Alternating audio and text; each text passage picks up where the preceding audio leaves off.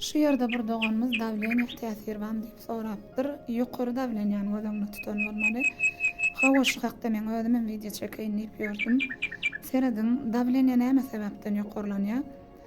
Elbetde nisli garlama sebäpli bolýar. Ýöne bizim köp duş gelýän adamlarymyzda esasan dogry iýmitlenme, artykmaç agram, az hereketlilik, uzak dowam etýän stres, ýürek damar keselleri, esasanam ziýanly enlikler. Şoň üçin hem davleniýa ýokarylanmagy aýallara garaganda erkek adamlarda has köp gabat gelýär. Ýanky ýagdaýlarda näme hili bolýar? Damarlarda artykmaç holesterinler köpelýär. Ya tromplar döreýärdi, gan akymy böwet bolýar. Ya damar diwarlary galňaýardy, elastikligini ýitirýär.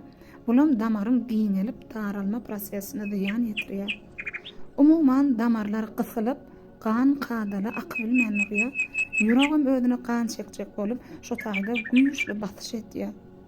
Şular ýaly uzak dowam etýän ýokary davleniýa ýygyda edilmese duýdansyz ýürek infarktyna, beýni insultyna sebäp bolýanlar.